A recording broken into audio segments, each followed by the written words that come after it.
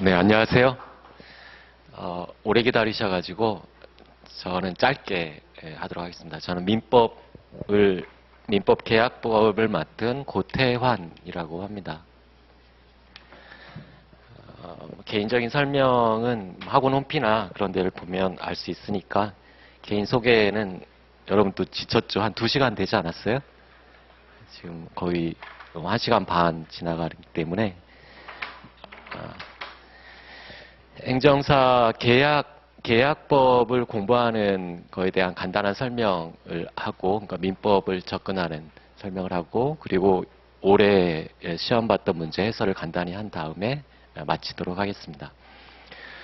이 계약법 문제는 하나가 논술이고, 논술 하나, 그리고 약술 3개 나오는데, 이 논술과 약술이 사례식으로 사례라는 옷을 입고 출제가 되는데, 이 약술은 사례의 의미가 없고 전혀 의미가 없는 단순한 약술이고, 이 논술은 조금 사례의 경향이 계속 증가하고 있어요.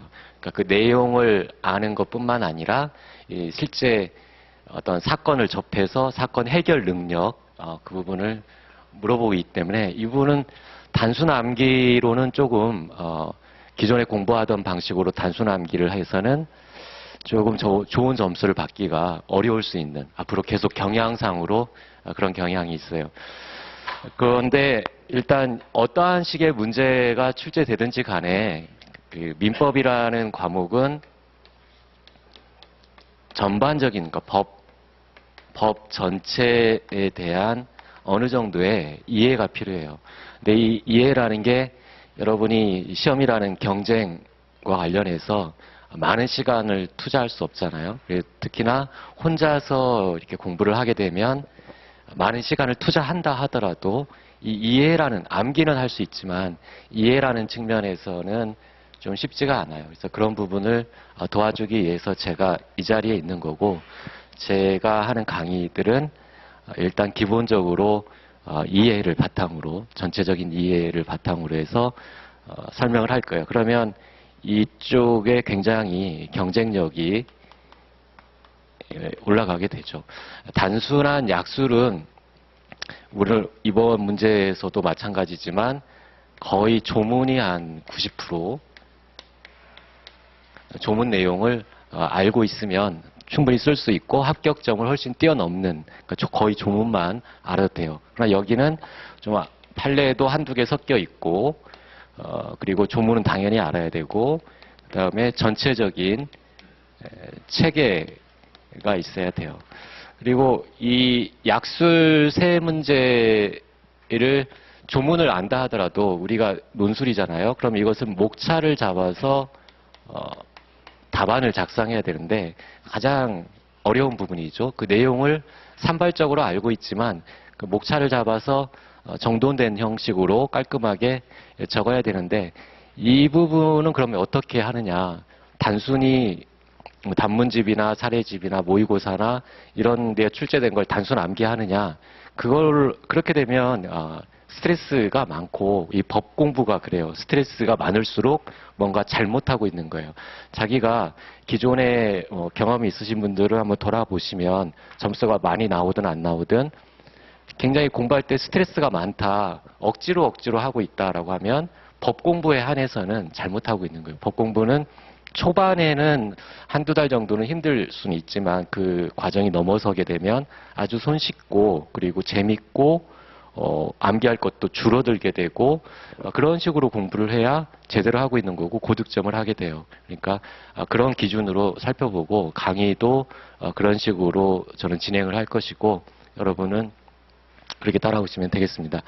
지금 설명드린 내용이 정말로 문제에서 어떻게 구성되면서 우리가 답안을 어떻게 써야 될지 기출 해설로 들어가서 간단히 살펴보도록 하겠습니다. 먼저 문제 1번을 보세요. 사이가 좋으셔서 하나로 같이 보시네요. 예, 예. 문제 문제 1번은 전체적인 지금 문제 1번을 보기 전에 이 네 문제가 나왔는데 지금 경향이 우리 시험에 중요한 문제가 시험에 출제되는 그러한 단계는 벗어났어요. 그러니까 중요한 문제가 출제되는 게 아니라 구석구석에서 출제를 해요. 그러니까 전체적으로 여러분 수험 준비를 할 때는 그냥 얍삽하게 찍어가지고 몇 개 찍어서 공부한 걸로 이제는 어렵고 구석구석에 나와 있는 것들을 전반적으로 공부를 해야 될 필요가 있다. 그래서 문제 1번 가장 큰 문제도 계약 체결상의 과실 책임이라는 민법에서는 굉장히 중요한 계약상 중요한 내용이지만 민법 전체로 놓고 보면 그 비중은 상당히 약한 부분이에요. 그리고 고리타분한 논점이고 그래서 별로 비중은 없는데 시험에 중요하게 출제가 됐죠. 이것만 봐도 전체적으로 공부를 해야 된다는 걸 알 수 있어요. 그래서 문제 1번은 사례인데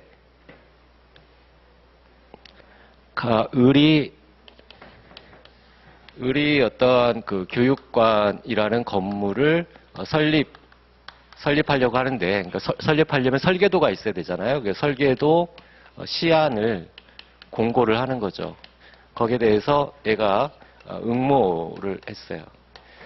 그래서 결국 여러 사람이 응모를 했는데 을이 갑을 당선을 한 거죠. 네 설계도 괜찮다. 네 시안을 보니까 괜찮다. 니네 회사에 맡겨가지고 설계도를 완성시키겠다. 그러니까 시안만 한 거예요. 얘를 채택한 거예요.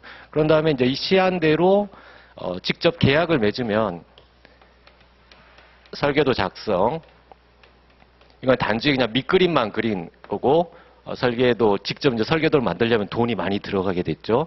설계도를 작성하는 계약을 체결해야 되는데 아직 시안만 당선시킨 다음에 2년여가 지난 후까지도 계약을 체결하지 않다가 이거 설립하지 않겠다, 사업하지 않겠다라고 해서 계약 체결을 하지 않았어요. 그에 대해서 얘가 이 시안을 만드는 데 들어간 비용 그리고 계약이 체결될 거라고 믿고 어떤 투입한 비용 이런 것들을 못 받게 되잖아요. 못 받게 되는 손해를 어떻게 배상을 청구할 수 있을 것인가? 갑이 을에게 어떠한 권리를 행사할 수 있을 것인가? 이걸 물어봤어요. 그래서 우리 민법에는 민법상으로는 다 권리를 배우는 거예요. 권리. 어떠한 권리를 행사할 수 있는가? 상대방은 거기에 대해서 의무를 지게 되는 거죠. 그래서 여러분이 머릿속에 권리가 인정되는 것은 그게 두 가지예요. 두 가지. 여러분 민총은 배워서 오셨잖아요. 민법 총칙 배우면서 사법상, 우리 민법상 권리가 발생하는 발생 근거가 있어야 권리를 취득하잖아요. 그건 둘 중에 하나예요. 하나는 법률 행위.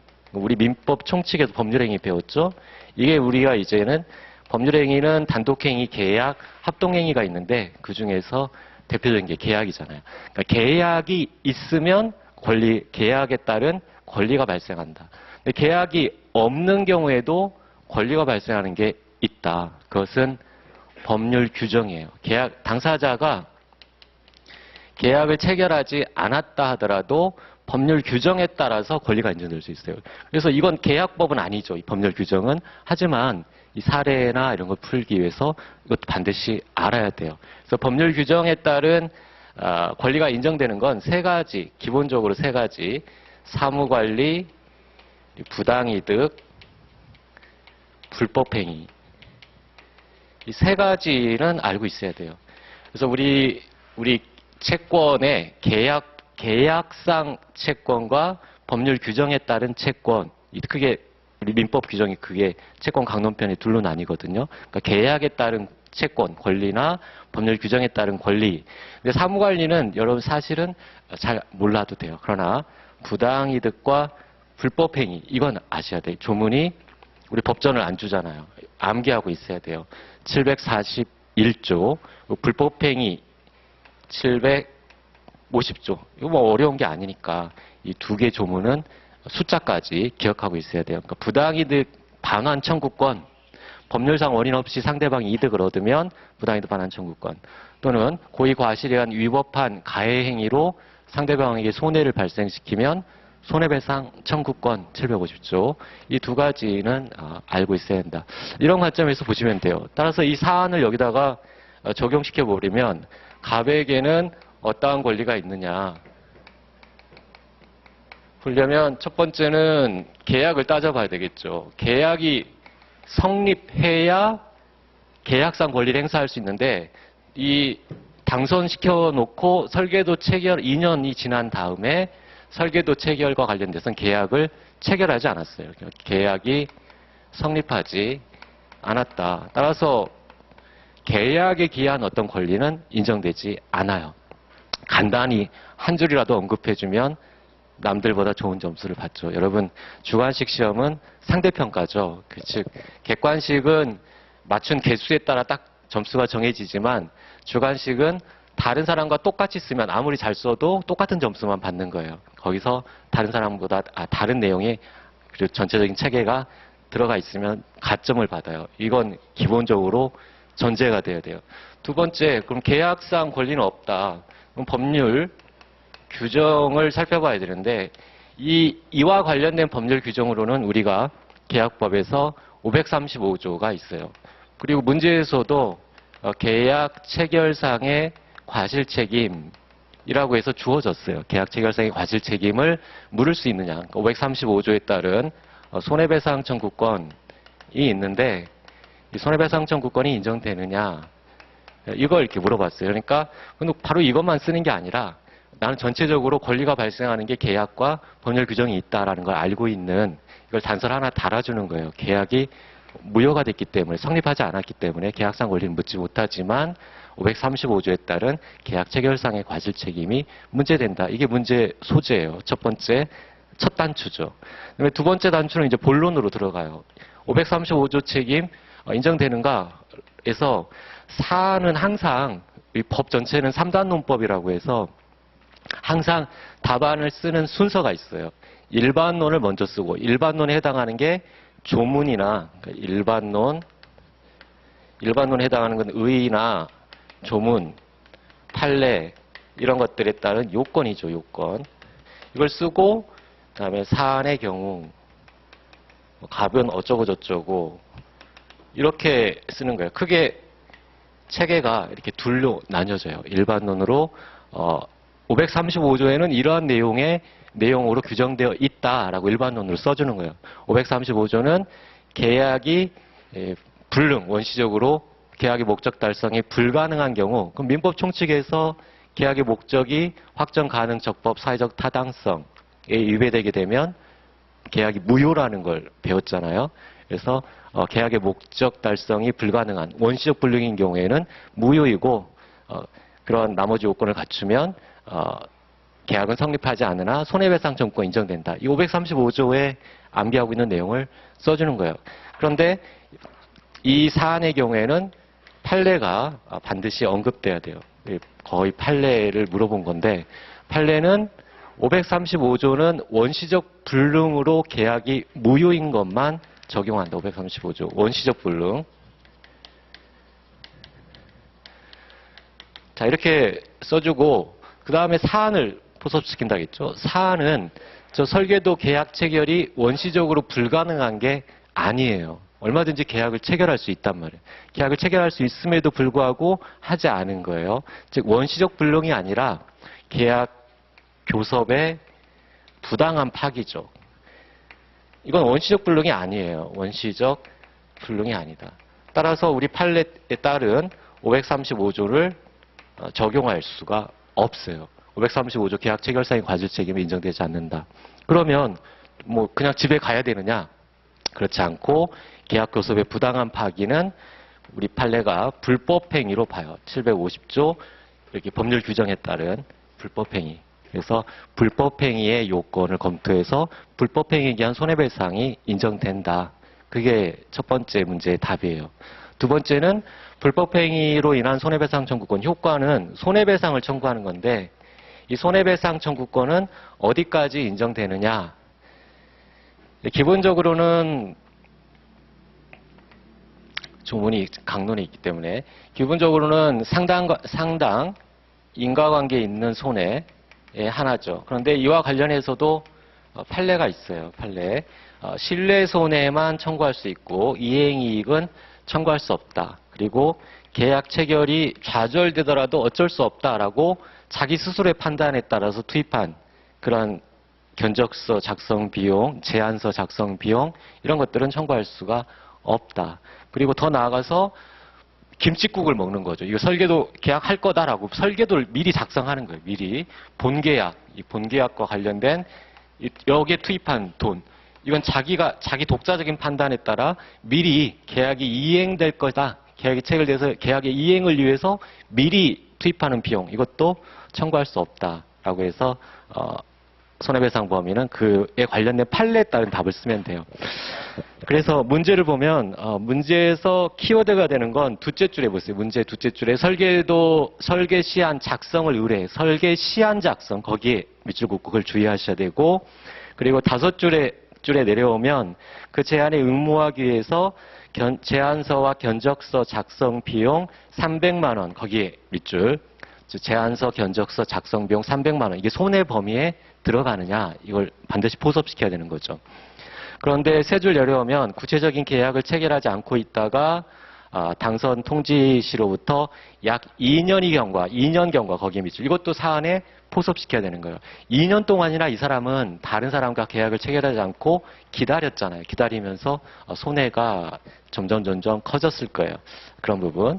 그리고는 세 줄 내려오면 설계 계약이 본계약 시안을 당선시켰는데 본계약과 관련된 설계 계약이 체결될 것이라고 기대하고 교육관 설계를 위한 준비비용 500만 원. 이건 앞에서 봤던 제안서, 견적서 작성 비용과는 달라요. 이것은 직접 이 계약이 체결되면 그때 비로소 투입할 건데 미리 김칫국 먹고 투입하는 비용이에요. 즉 교육관 설계를 위한 설계도 작성을 위한 500만 원을 지출하였다.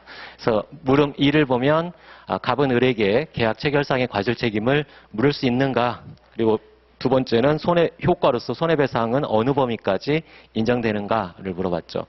그래서 답안을 보면 첫 번째 논점 정리에서 첫째 줄에 계약이 성립하잖아. 중요한 부분 반드시 들어갈 계약 우리 답안의 핵심 부분은 제가 밑줄을 그어놨어요. 그런 표현은 반드시 들어가야 된다는 얘기예요.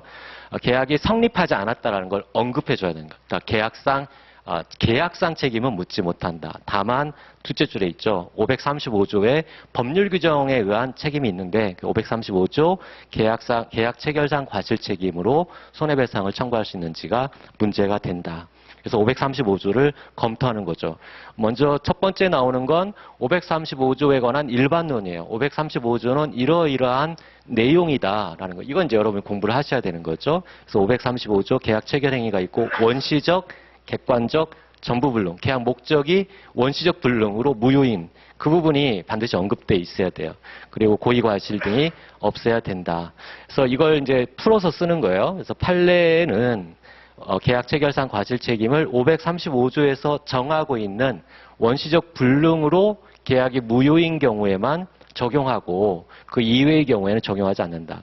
그런데 그 다음에 이제 여기까지가 일반론이고 사안을 쓴다겠죠. 사안의 경우에는 계약 교섭이 부당하게 파기되어서 계약이 불성립한 것이기 때문에 판례는 535조가 아니라 750조 불법행위 책임으로 해결하고 있다. 535조가 근거 규범은 될 수가 없고 750조의 불법행위에 의한 손해배상 청구권이 문제가 된다는 얘기예요. 그래서 그 다음 목차로 750조 불법행위로 인한 손해배상 책임이 인정되는가 이걸 이제 쓰는 거죠. 이에 대해서 손해배상 청구권이 인정이 되는데 그 손해배상의 범위에 대해서 그 첫째 줄에 보세요. 어느 일방이 계약 교섭 단계에서 확실하게 계약이 체결되리라는 정당한 기대 내지 신뢰를 부여하고 그에 따라 행동했는데 계약 체결을 거부한다라면 신의 민총에서 배운 신의 측에 비춰볼 때 위법한 행위로서 불법 행위가 성립한다라고 한다. 이 얘기는 750조의 요건 중에 가장 중요한 요건 중에 하나는 위법성이 있어야 돼요. 고의 과실에 의한 위법한 행위여야만 손해배상을 청구할 수 있어요. 근데 이게 위법하냐 부분을 신의칙을 근거로 하는 거예요. 신의칙도 법 규정이죠. 여러분 민법 총칙에서 배웠을 거예요. 신의칙도 추상적인 규범이다. 그러니까 신의칙에 위배하면 법 규정에 위반한 거기 때문에 위법성이 인정된다는 얘기예요. 그래서 나머지는 적당히 맞추지만 반드시 붉은 글씨는 다 들어가 있으면 좋겠지만 신의칙에 위배되어서 위법하다라는 말이 들어가 있으면 가점이에요. 그리고 이게 여기까지가 일반론이고 이제 사안을 보섭을 시키면 사안의 경우에는 부당하게 파기했고 이렇게 부당하게 파기한 것은 넷째 줄에 계약 자유. 계약 자유가 뭐죠?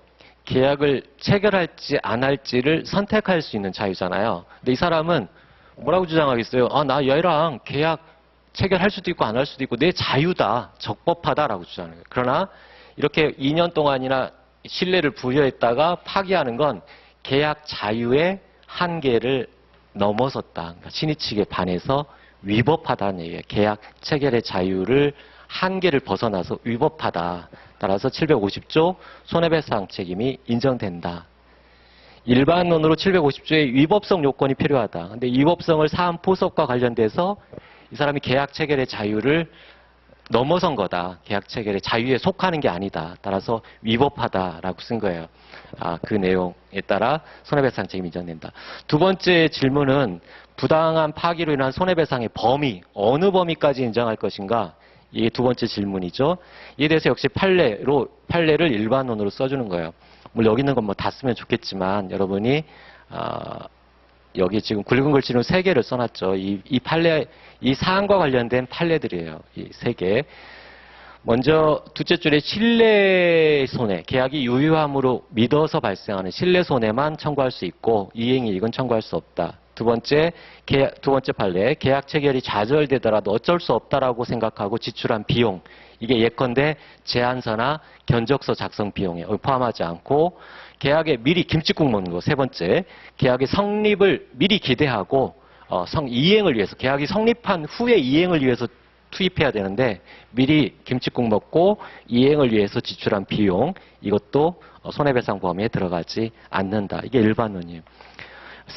사안을 포섭시키면 사안은 신뢰손해만 청구할 수 있다. 그 사안에서는 신뢰손해가 얼마인지는 나와 있지 않아요. 그러니까 신뢰손해만 청구할 수 있다고 쓰고 300만 원, 이것은 계약 체결이 좌절되더라도 우리 판례를 그대로 문제화시킨 거기 때문에 계약 체결이 좌절되더라도 어쩔 수 없다고 지출한 비용이므로 포함되지 않고 기획관 설계를 위한 준비 비용, 아까 문제에서 밑줄 그은 부분, 그 부분도 역시 미리 김칫국을 먹고 이행을 위해서 지출한 비용이기 때문에 청구할 수가 없다. 그 다음 마지막으로 판례가 하나 더 있어요. 지금까지는 재산 손해를 했죠. 손해는 우리 민법의 손해 3분설이라고 그래요. 재산상의 손해와 정신상의 손해, 이게 위자료라고 하죠. 재산상의 손해는 적극손해, 소극손해가 있어요. 그래서 이게 손해 하나, 둘, 세 개예요. 하나, 둘, 세 개. 적극손해, 가령 내가 교통사고를 당했다. 교통사고 당해서 병원에서 치료하잖아요. 치료비, 이게 적극손해. 소극손해는 내가 장사를 해야 되는데 교통사고 당해서 장사를 못해서 수입이 없다. 그러면 교통사고로 안 당했다라면 장사를 해서 수익을 얻을 수 있었는데 못 얻었잖아요. 그게 소극손해, 일실손해라고도 하죠. 그다음에 위자료는 뭐 다 아시죠? 그래서 이 세 가지예요. 근데 앞에서 봤던 건 이제 재산손해만 본 거예요. 그래서 마지막으로 정신적인 고통. 이놈이 2년 동안이나 나를 물먹인 거잖아요. 그래서 정신적 고통 청구할 수 있다라는 게 판례예요. 그래서 마지막 계약 교섭의 부당한 파기로 자신의 어떤 인격적인 고통스러웠다라고 하면 정신적 고통을 손해배상을 청구할 수 있다. 그게 설문 1에 관한 답입니다. 자, 문제 2번은 여행계약에 대해서 물어봤어요. 약술이죠. 셋째 줄에 보면 이 여행 주최자의 의무와 담보 책임을 설명하라 라고 했어요. 여행 주최자의 의무와 담보 책임. 그래서 조문을 잘 목차를 잡아서 쓰는 게 키워드였어요. 여행 계약의 당사자는 여행자와 여행 주최자, 여행사라고 생각하면 돼요. 여행 주최자. 얘 의무와 담보 책임이 어떻게 되느냐? 조문이에요. 그래서 조문을 옮겨 적으면 되는데 먼저 목차를 보세요. 큰 목차 1은 여행 주최자의 의무. 그렇게 물어봤으니까 의무를 큰 목차 하나 뽑고, 두 번째는 담보 책임을 물어봤으니까 두 번째 목차는 담보 책임이 되겠죠. 자, 의무는 조문에 해지와 해지로 인한 손해배상 의무를 조문에 규정하고 있어요. 따라서 첫째 줄에 보면 여행이 개시된 후, 즉 여행 개시 전에도 해지할 수 있다는 조문이 있어요. 지금 그게 문제가 되는 게 아니라 여행을 떠났어요. 여행을 떠나서 여행 중간에 보니까 얘가 자꾸 나를 뺑뺑이를 돌리는 거예요. 어디 가서 뭐 물건 사는 데만 가고 관광지는 잘 안 가요. 관광지 한 군데 가고 물건 사는 데 10군데 가는 거예요. 그러면 여행 도중에 여행을 계속할 수 없는 부득이한 사유가 있으면 해지할 수 있어요. 해지는 여행자도 할 수 있고 여행 주최자도 할 수 있어요. 해지할 수 있는데 그 사유가 여행 주최자의 과실로 인해 생겼을 때에는 해지는 가능한데 손해배상은 하회한다. 조문이에요. 조문 옮겨 적는 거예요.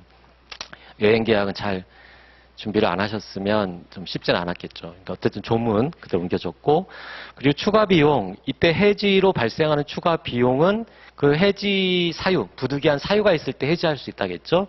부득이한 사유가 누구 측에 있느냐, 그 측에 있는 사람이 추가 비용을 부담한다. 그래서 그 해지 사유가 속하는 당사자가 부담하기 때문에 그 여행 주최자 측에 속하고 있으면 추가 비용을 부담해야 된다.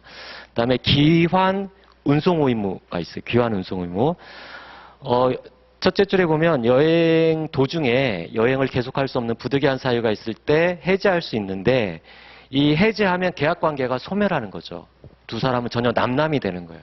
그럼에도 불구하고 계약상 의무를 지는 아주 예외적인 조문이에요.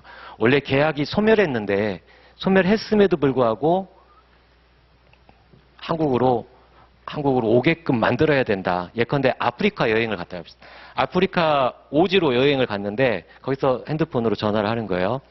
이거 왔더니 뭐 사자도 없고 뭐 기린도 안 보이고 해지한다. 해서 해지했어요. 그랬더니 그러면 너는 네가 알아서 한국에 네가 알아서 와라. 그러면 안 되겠죠. 그래서 한국으로 해지됐어도 계약상 의무로서 한국으로 안전하게 불러들일 의무, 이게 기환 운송 의무예요. 굉장히 예외적인 의무이죠. 해지할 수 있는데 해지로 계약이 장래를 향해 소멸함에도 불구하고 계약상 귀환 운송 의무가 있을 때는, 우리 조문에 단서가 있어요. 계약상 귀환 운송 의무가 있을 때에는 귀환 운송 의무를 진다라고 하고 있는데, 이게 좀 똑같은 말 반복인 것 같지만 의미가 있는 게, 원칙적으로 해지되면 의무가 없는 거예요. 해지되면 의무가 없는데, 둘이 여행 계약을 맺을 때 어떤 계약으로 맺었냐면 보내는 것만 하는 게 아니라 들어오는 것까지 같이 하기로. 거의 99%의 여행 계약은 다 이렇게 하죠.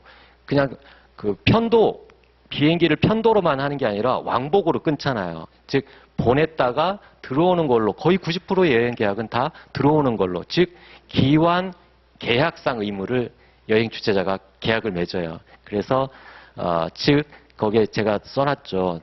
여행 계약이 출발부터 도착하는 것, 즉 왕복을 내용으로 거의 99% 이렇게 한다고 했어요.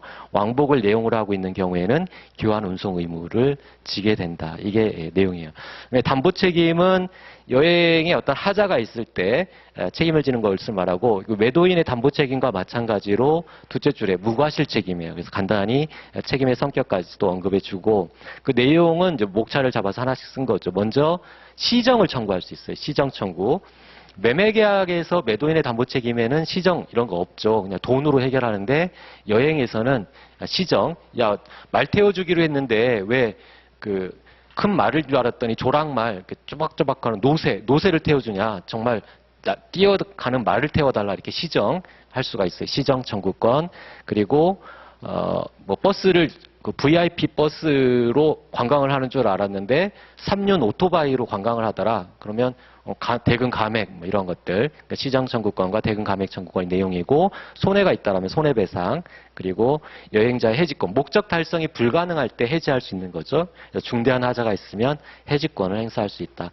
마지막에 이러한 담보 책임의 기간, 제척 기간으로서 여행 기간 중에도 행사할 수 있고, 여행이 종료한 날로부터 6개월. 다만 앞에 수식어를 좀 주의하셔야 돼요. 계약에서 정한 여행 종료일. 계약에서 정한 여행 종료일. 무슨 말이냐면 자, 중간에 부득이한 사유가 있거나 하면 해지할 수 있다겠죠? 해지하면 바로 종료예요. 즉 바로 해지해서 종료하는 그러한 종료일이 아니라 수식어가 있어요. 원래 여행 계약에서 정한. 그러니까 원래 여행 계약에서 정한 종료일은 한 달 동안 다녀오기로 했다. 근데 중간에 10일 만에 해지했다 하면 여행이 종료한 건 10일 만에 종료됐지만 원래 정한 한 달 후를 기준으로 한다는 얘기예요. 그래서 이 조문은 의미가 있어요. 계약에서 정한 여행 종료일로부터 6개월 내에 행사하여야 한다. 그리고 편면적 강행 규정으로 돼 있죠. 여행자에게 불리한 특약. 우리 민법 규정은 대부분 임의 규정인데 이 임대차와 마찬가지로 여행자에게 불리한 특약은 무효이다. 그다음에 문제 3번에 상가건물 임대차 보호법에 의한 권리금의 의. 문제를 잘 읽어야 돼요. 약술은 특히나 사례도 마찬가지지만 권리금의 의의를 쓰고 그리고 권리금 회수 기회 보호 규정에 관해서 설명하라. 두 가지를 물어봤죠. 권리금의 의의와 보호 규정을 쓰란 얘기예요. 첫 번째 목차를 보면 의의죠. 의의. 권리금의 의의는 권리금이라는 게 뭐예요? 권리금은 그 상인이 거기서 장사를 하다가 고객들을 많이 받고 그리고 거기에 어떤 영업을 상권을 형성해서 무형적으로 이익을 얻는 거죠. 그게 상가건물 임대차 보호법의 개념 정의를 하고 있어요.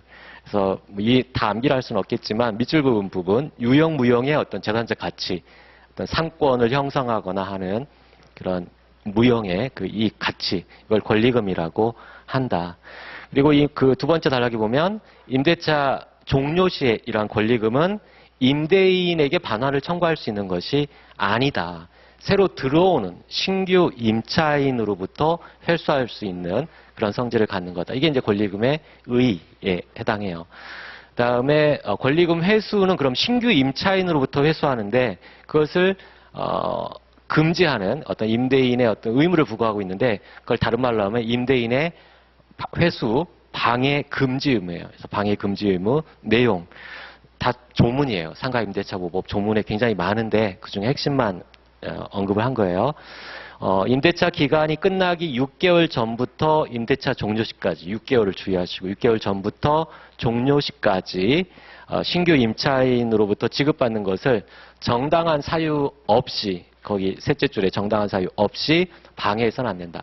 이 정당한 사유는 그 조문에 많이 규정이 돼 있어요. 근데 이걸 다 쓸 수는 없겠죠. 여러분 다 암기할 수도 없고 그냥 적당히 정당한 사유가 있으면 가능하지만 정당한 사유가 없으면 방해해서는 안 된다. 다만 이 두 번째 게 점수인데 다만 임차인이 3기의 차임액을 연체하는 등으로 인해 계약갱신 요구 거절 사유가 있을 때에는 이러한 임대인의 의무가 없다라는 얘기예요. 무슨 말이냐면 원래 권리금은 임대인에게 청구할 수 없고 권리금은 계속 장사를 하면 장사 수익이 늘어나니까 그 수익을 가지고 전보되는 거죠. 그래서 이 권리금은 내가 여기서 계속 장사를 할 수 있는 권리, 그걸 전제로 하는 개념이에요. 따라서 임차인이 뭔가 잘못해서 차임을 연체하거나 좀 채무 불이행을 하거나 상가 건물을 뭐 멸실 훼손시키거나 해서 잘못해서 당연히 쫓겨나야 되는 그러한 임차인은 이 권리금 회수 기회가 보장되지 않아요. 당연히 거기서 장사할 수 있는 걸 전제로 하는 개념이에요. 따라서 우리 조문에 그렇게 1항에 특별한 규정을 두고 있어요.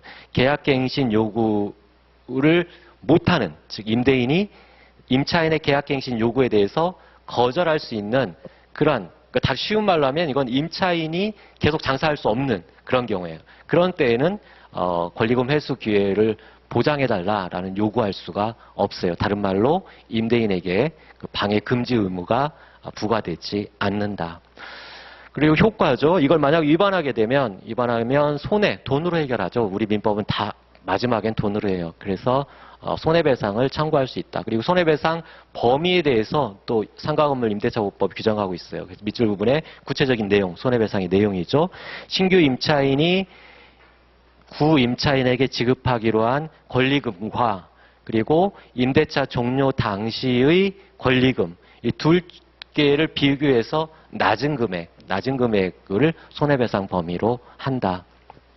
그리고 이러한 손해배상 청구권이 소멸시효도 규정하고 있어요. 소멸시효는 임대차가 종료한 날로부터 3년 내에 소멸시효, 3년이 지나면 소멸시효가 완성한다.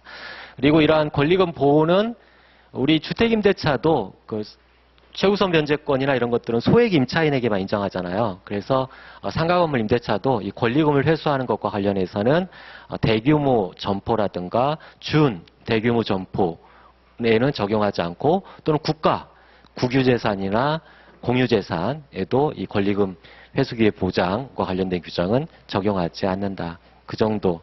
나머지도 상가 건물 임대차 보호법에 글자가 굉장히 많아요. 근데 많은데 그걸 잘 추려가지고 쓰면 최소한 이 정도 쓰면은 넘친다라고 생각을 합니다.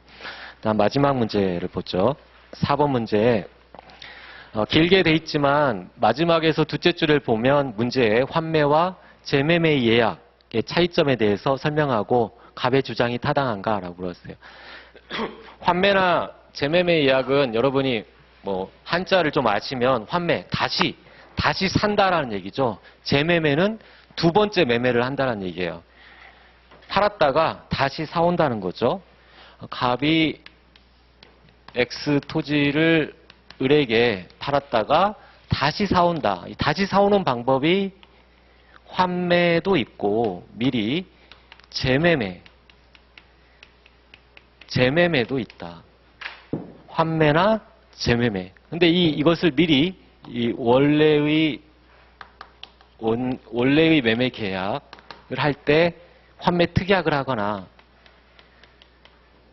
또는 재매매 예약을 해서 보장할 수가 있다. 그래서 이 두 개를 비교하는 내용이에요. 그래서 이 두 개 제도의 차이점과 갑의 주장의 타당성. 갑은 이것이 뭐 환매라고 주장하거나 또 을은 재매매 예약이다 이렇게 주장하고 있는데 이 차이점을 쓰고 이 갑의 주장이 타당한가를 물어보고 있어요. 먼저 그 의의 부분에 환매의 개념과 재매매 예약을 썼고 차이점은 그러니까 문제가 둘로 물어봤으니까 큰 목차가 차이점, 두 번째 목차가 갑의 주장의 타당성이죠. 그렇게 나오고 차이점은 첫 번째 동시성, 즉 환매는 원 매매 계약을 할 때 함께 이 환매 특약을 함께 해야 돼요. 그러나 재매매 예약은 이러한 제한이 없다. 두 번째 대금도 환매 대금은 원래 영수한 대금과 비용 합산한 액이 되지만 재매매 예약 두 번째 매매 예약 대금은 당사자 별도로 제한이 없어요. 당사자 특약으로 자유롭게 정할 수가 있다. 그리고 환매권 행사는 반드시 환매 대금을 제공해야 환매권을 행사할 수 있지만 재매매 예약은 그렇지 않다. 이게 차이점. 그다음에 공시방법, 제3자에 대한 공시방법으로 환매는 등기, 환매권 등기가 있고 재매매 예약은 가등기로 한다. 그다음에 존속기간의 제한과 관련돼서 환매기간은 부동산 5년, 동산 3년을 넘지 못하지만 재매매 예약은 이러한 제한이 없다. 다만 재매매 예약은 예약 완결권이라는 형성권을 행사하는 거예요. 두 번째 매매를 형성권을 행사해서 두 번째 매매가 성립하는 거거든요. 이런 형성권 행사는 제척기간이 있죠. 10년의 제척기간. 따라서 예약이 성립한 때로부터 10년 내에 행사해야 된다라고 쓰시면 돼요. 그다음에 이걸 가지고 이제 사안을 포섭시키는 거죠. 갑의 주장이 타당한가라고 봤더니 갑은 문제를 보게 되면 첫째 줄에 2016년 5월 2일 날 원 매매 계약을 체결했는데 셋째 줄에 보면 5월 12일 날 새로 두 번째 사겠다라는 계약을 5월 12일 날 했어요. 동시에 하지 않았죠. 동시에 하지 않았으니까 환매가 아니라 재매매 예약이라고 포섭을 시켜야 돼요. 그래서 둘째 줄에 그 5월 12일에 후인 5월 12일에 이루어졌기 때문에 재매매 예약에 해당한다. 따라서 환매다라는 갑의 주장은 옳지 않다. 그러면 살 수 없는 거냐? 아니죠. 환매는 아니지만 재매매 예약에 해당해요. 재매매 예약. 따라서 재매매 예약이니까 예약 완결권을 행사했잖아요. 좀 사겠다라는 예약 완결권, 형성권을 행사했어요. 그렇기 때문에 바로 두 번째 매매 계약이 성립했죠. 형성권은 상대방한테 도달하면 바로 효력이 발생하니까. 두 번째 매매 계약이 성립했기 때문에 을은 갑에게 X 토지의 소유권을 이전할 의무를 진다. 이 두 번째 단락에 있는 내용, 이건 가점이에요. 그냥 갑의 주장은 옳지 않다. 너무 형식적이잖아요. 실제 답을 줘야죠. 그래서 소유권 이전 의무를 을은 진다까지 써주시면 완벽하다라고 생각을 합니다. 처음엔 올라올 때는 한 15분만 하고 내려가려고 했는데 죄송하게 됐습니다. 시간이 많이 지났네요. 네, 뭐 합격하실 수도 있고 또 1년을 더 공부할 수 있는 그런 인생의 좋은 기회를 또 얻을 수도 있고 사람 일은 모르는 겁니다. 당장 합격한다고 좋을 수도 있고 또 1년 늦게 가는 것이 훨씬 더 좋을 수도 있어요. 그냥 세옹지마라고 하죠. 결과에 연연하지 마시고 각자의 길을 차분하게 가시기 바랍니다. 감사합니다.